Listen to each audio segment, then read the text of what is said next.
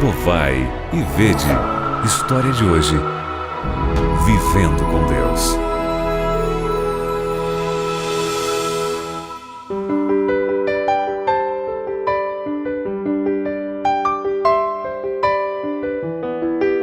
Se eu contar com detalhe para você, Deus nunca me deixou. É Ele que realmente cuida de mim.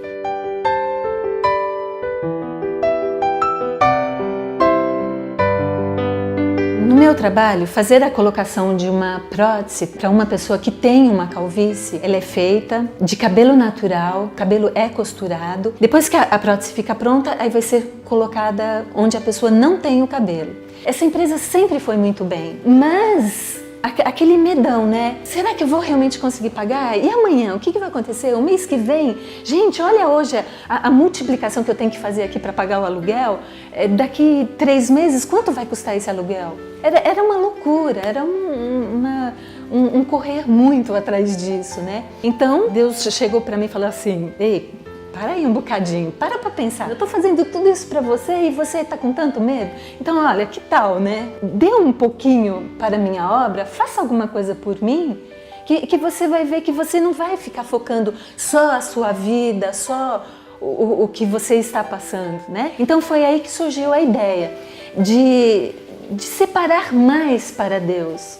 Então foi aí que eu comecei a separar um dia da semana do meu trabalho, o primeiro dia útil. Se eu atendesse um cliente, aquele recurso seria para fundo de inversão.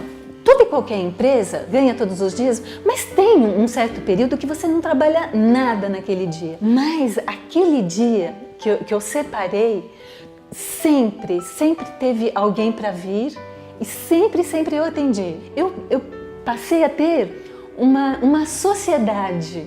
Com 5 anos que eu fiquei aqui em Sorocaba, Deus permitiu que eu passasse a ter uma casa para eu morar e uma casa para eu trabalhar. E Ele me deu mais 2 casas. Essa casa, como é que vai ser? Como que a gente vai usar isso? Então, vamos alugar. O dinheiro do aluguel, o que nós vamos fazer com ele, né? Vamos dividir. De princípio foi pensado assim, 30%, depois, não, 30 é pouco, mais um pouquinho. É 60 acho que tá bom, né? Então, esse 60% passa a ser o fundo de inversão e o que fica vai ser dizimado também, vai ser direitinho. O que fica você vai usar para você e os 60% você leva para que outras pessoas possam conhecer sobre Jesus, outras pessoas possam ver todos os milagres. Eu tinha tanto medo e nos medos que você tem, Deus vai falando assim, viu? Você não precisa ter medo, olha eu aqui cuidando de você.